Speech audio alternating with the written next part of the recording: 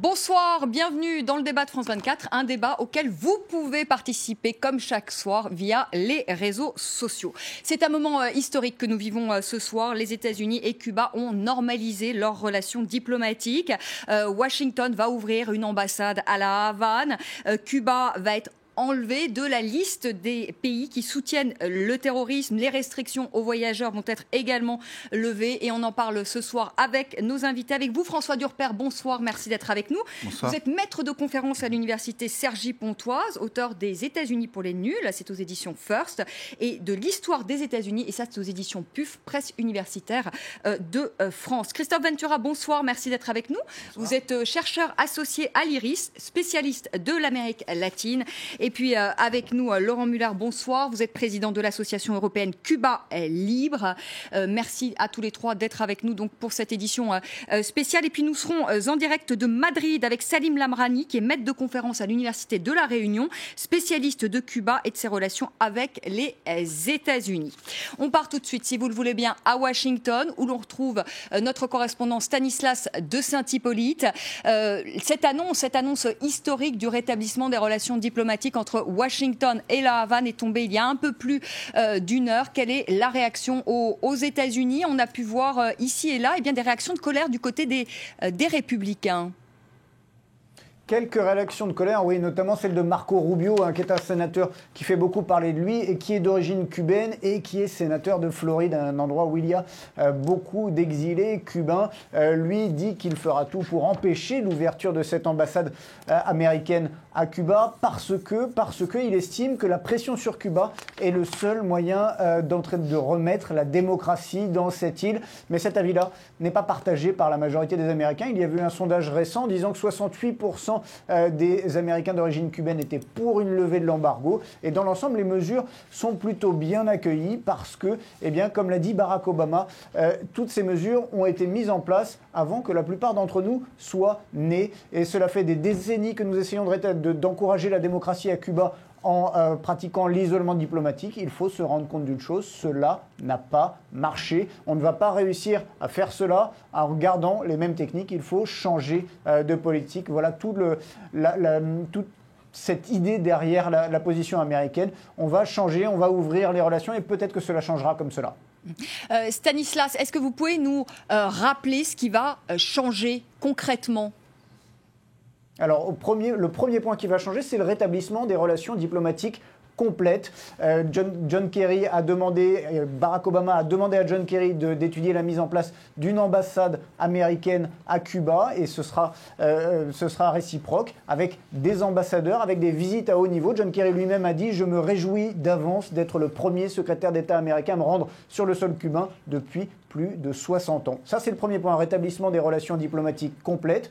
Ensuite, les États-Unis souhaitent retirer Cuba de la liste des pays qui soutiennent le terrorisme. Cela prendra un peu de temps. Il faut faire un rapport, une review, comme on dit ici, avant que cela se fasse. Mais le souhait a été mis par l'administration. Et ensuite, il va y avoir la levée de certaines restrictions qui pèsent sur les voyageurs. La plupart des catégories de voyageurs, que ce soit les voyages d'affaires, les voyages pour questions religieuses, les voyages pour questions familiales. Seul le tourisme ne changera pas trop pour l'instant. Mais donc, levée de restrictions pour beaucoup de gens. Et cela va permettre notamment de rétablir les relations commerciales en partie. Même si, dans ces mesures, encore une fois, attention, il n'y a pas la levée de l'embargo. Ça, c'est aux mains du Congrès américain. Et on va en parler justement pour l'instant, donc pas de levée d'embargo. Merci Stanislas de Saint-Hippolyte, correspondant de France 24 à Washington. Laurent Muller, est-ce que vous avez été surpris par ces annonces ? Non, pas vraiment, puisque ça fait très longtemps qu'il n'y a pas de politique véritablement hostile de la part des États-Unis envers Cuba. Ça fait longtemps qu'il ne s'est pas passé grand-chose. Le dernier, gros coup, ça a été l'arrestation d'Alan Gross. Et depuis, il ne se passe pas grand-chose au niveau international. Je crois qu'aux États-Unis, il y a une grande quantité de personnes qui constatent que l'embargo, en effet, n'est pas une stratégie qui a fonctionné. Et on peut le constater, évidemment, de visu. En revanche, ce qu'il faut, je pense, c'est prendre un petit peu de recul par rapport à la dimension que prend l'embargo dans une politique internationale. C'était un seul c'était une politique qui pour moi était extrêmement légère et extrêmement limitée.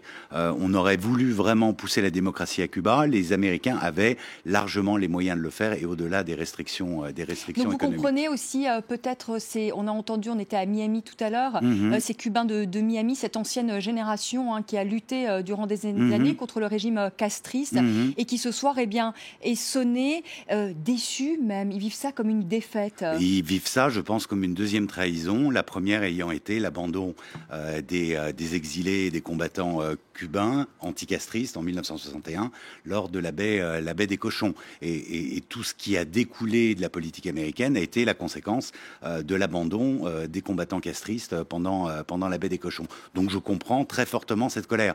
Mais cette colère fait suite à une frustration très longue de l'absence de mesures énergiques contre le régime cubain.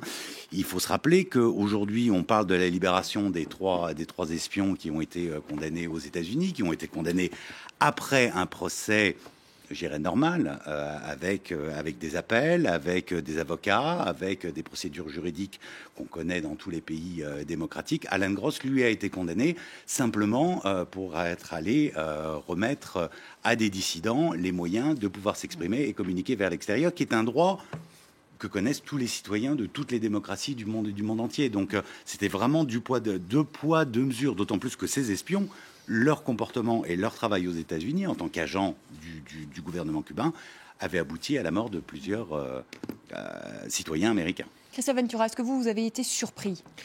Je crois que le moment est historique, indéniablement. L'annonce est historique, les formes aussi dans lesquelles cette annonce se fait. Ils ont parlé en même temps, les deux présidents. Vous avez deux conférences de presse en parallèle dans les médias nationaux respectifs de ces deux pays. C'est, du point de vue de la communication, quelque chose qui a un sens. Mais je pense qu'il ne faut pas exagérer le caractère, disons, inédit ou inattendu de cette décision. On n'est pas face à une météorite qui serait tombée du côté de Cuba et des États-Unis. En fait, c'est l'aboutissement d'un processus qu'il faut comprendre et résumer pour nos téléspectateurs, à mon avis, de manière assez simple. D'abord, ça fait plus d'1 an que des contacts vraiment étaient multipliés pour aller très vite. On a parlé ici même sur ce plateau tout à l'heure de la poignée de main entre M. Obama et on va la regarder. M. Castro, il y a 1 an en Afrique du Sud, qui était déjà un symbole. Acte 2, dans l'année 2014, eh bien encore les contacts qui ont été repris, les discours de l'administration américaine autour du virus Ebola en Afrique. Il faut se souvenir que le secrétaire d'État John Kerry a félicité les Cubains pour leur action en Afrique de l'Ouest et même proposé des coopérations médico-militaires, ce qui est tout à fait inédit. Et puis tout ça a préparé le terrain pour cette décision aujourd'hui. Mais qu'est-ce qu'il y a derrière ? Derrière, il y a tout simplement le fait que les États-Unis, et Obama le premier, et c'est pour ça qu'il faut saluer cette décision qui est probablement l'un de ses actes les plus importants de sa présidence, reconnaît en fait en creux, lorsqu'il dit que l'approche n'a pas fonctionné, l'échec de la politique américaine de l'embargo que les Cubains considèrent être un blocus. Et que tout ça n'a pas fonctionné, c'est reconnaître aussi l'inutilité de cette politique-là pour régler ses problèmes avec Cuba. Et derrière, je pense que Obama ne le fait pas non plus parce qu'il décide de le faire de manière émotionnelle. Il le fait parce qu'il prend acte d'un rapport de force qui s'est construit et qui aussi nous en dit beaucoup. Cette affaire cubaine et américaine est aussi une métaphore des changements des relations entre l'Amérique latine en général et les États-Unis, en particulier depuis le début des années 2000. Et il est important de voir que lorsque le Mercosur ce soir, l'association du Brésil, de l'Argentine, de l'Uruguay, du Paraguay, du Venezuela, de la Bolivie et bientôt de l'Équateur, dit qu'il s'agit d'une rectification historique.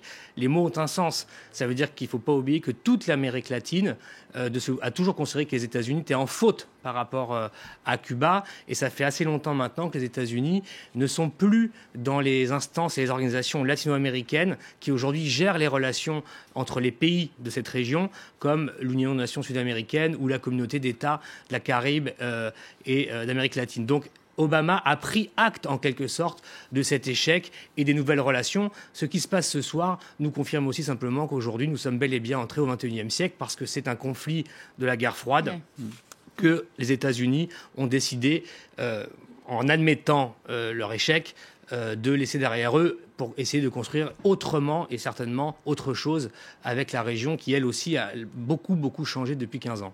Avec peut-être une nouvelle guerre froide qui se dessine ailleurs. En tout cas, on le voit en Ukraine aujourd'hui. François Durper, est-ce qu'il y avait une volonté chez Barack Obama de normaliser les relations avec la Havane ? Oui, et Barack Obama, il s'offre une belle victoire. C'est une bonne nouvelle pour lui. Vous vous souvenez, la dernière fois qu'on s'était vu, on parlait d'un président lame duck, presque canard boiteux. Il avait perdu son congrès, il n'avait plus de moyens politiques, et on se disait, est-ce que le mandat, il est peut-être déjà fini ? Or, depuis, il y a l'offensive en matière d'immigration. Je régularise, moi, président, 5 millions même de clandestins, et même si le Congrès le veut pas.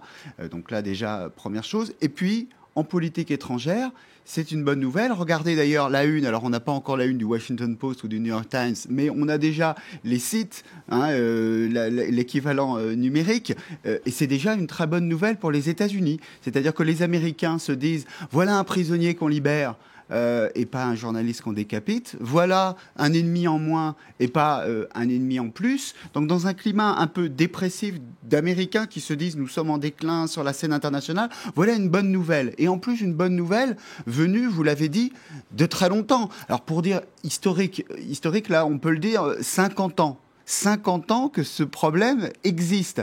Et 25 ans. 55 ans. Et 25 ans que la guerre froide est terminée. Donc c'est presque une résolution de conflit très longtemps, a posteriori, très longtemps après.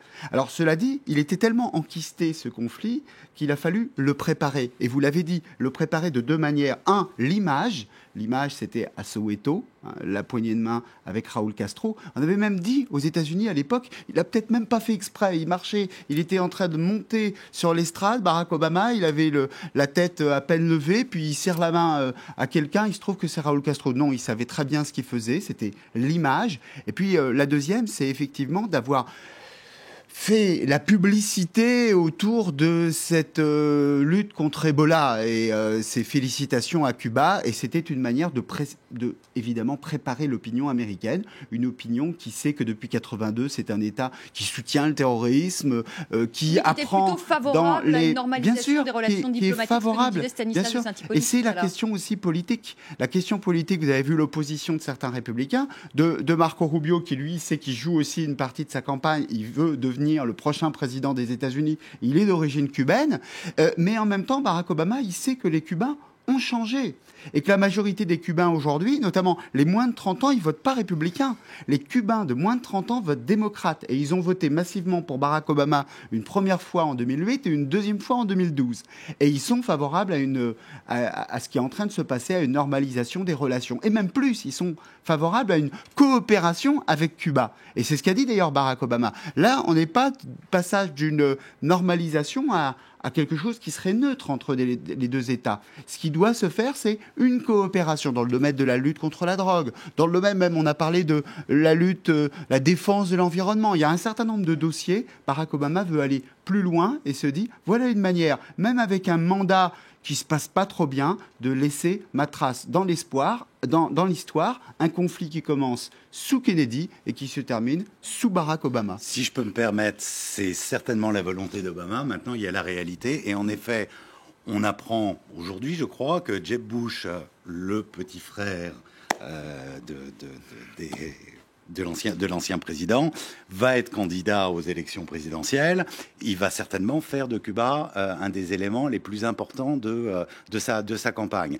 D'autre part, ce n'est pas la première fois que les États-Unis font un pas en avant en direction de Cuba, et à chaque fois, Cuba a réussi à s'aborder des efforts qui étaient faits et des volontés et des discussions qui étaient beaucoup plus discrètes jusqu'à maintenant. C'est qu'il ne faut pas se réjouir trop vite. On est à mon avis, on est au premier acte. Avant qu'il y ait véritablement normalisation, il va falloir déjà que la situation évolue simplement au niveau présidentiel et au niveau d'État à État, et ensuite il faut l'accord du Parlement américain. Et ça, c'est pas encore. Il y avait ouverture sous Clinton et ça s'est refermé sous Bush. Donc Salim Lamrani, bonsoir. Vous êtes avec nous en direct de Madrid, spécialiste de Cuba et des relations avec les États-Unis. Vous venez d'entendre Laurent Muller. Bon, on peut se réjouir ce soir, mais il faut quand même rester très prudent. Laurent Muller nous disait, tant Cuba fait un pas en avant et 3 pas en arrière, donc il faut rester encore très prudent ce soir. Vous dites non. Là, il y a quand même des murs qui sont en train de tomber.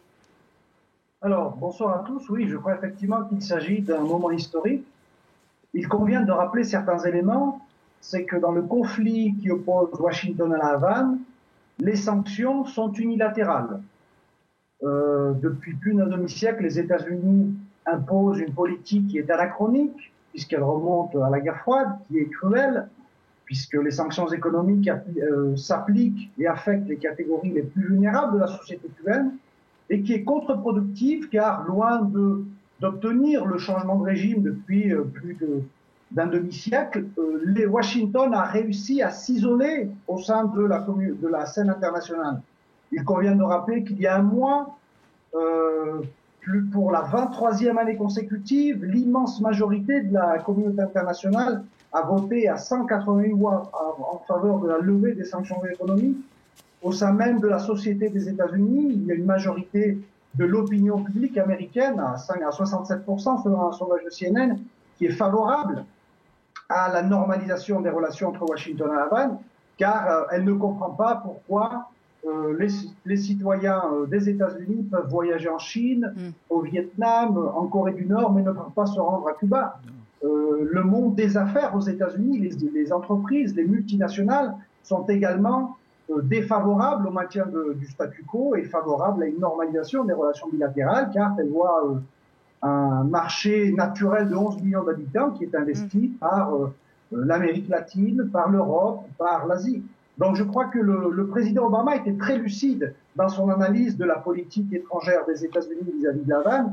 Il s'agit d'un échec total et le moment historique est arrivé selon lui pour normaliser cette situation. Un moment historique en effet, Salim Lamrani. Un mois avant de faire la pause, Maurice Lemoine, une réaction. Est-ce que ce soir vous vous réjouissez, vous dites il y a des murs qui sont en train de tomber, c'est une page qui se tourne, la page de la guerre froide? Je crois qu'il y a 3 motifs de satisfaction et une certaine prudence à observer. Le motif de satisfaction, c'est évidemment un dégel entre Cuba et les États-Unis. D'une certaine manière, à travers ce dégel, un assouplissement des relations des États-Unis avec l'ensemble de l'Amérique latine. Cet après-midi, il y avait un sommet du Mercosur, le marché commun du Sud, où l'ensemble des participants, par la voix de la présidente argentine Cristina Fernandez, s'est félicité de cette ouverture. Le 3e motif de satisfaction, c'est la libération de Alan Gross, le citoyen états-unien qui était emprisonné à Cuba pour 15 ans, il a fait 5 ans, et des 3 agents antiterroristes cubains qui ont été, là pour le coup, victimes d'un scandale international, puisqu'ils ont été condamnés en 2000, arrêtés en 1998 à des peines absolument délirantes, accusés d'espionnage, alors qu'en réalité, ils infiltraient des réseaux qui, depuis Miami, organisaient des attentats à La Havane. Oui, le bilan du communisme, monsieur Lemoine, a été globalement positif. On sait que vous êtes dans cette ligne. Attendez, vous permettez ? Il faudrait de dire que ces gens-là étaient des agents antiterroristes. C'était des espions qui ont fait abattre des citoyens qui étaient de l'organisation Hermanos al Rescate. Si vous aviez la correction, humanitaire qui survolait le détroit de la Floride pour aider les boat people. Bon, ça y est, on peut y aller. Moi, ce que je vous propose, c'est qu'on fasse une petite pause. Enfin, tout petit peu, voilà, on va un tout petit peu faire une petite pause de quelques minutes et on reprend ce débat qui promet d'être très animé. À tout de suite, le temps du rappel des titres.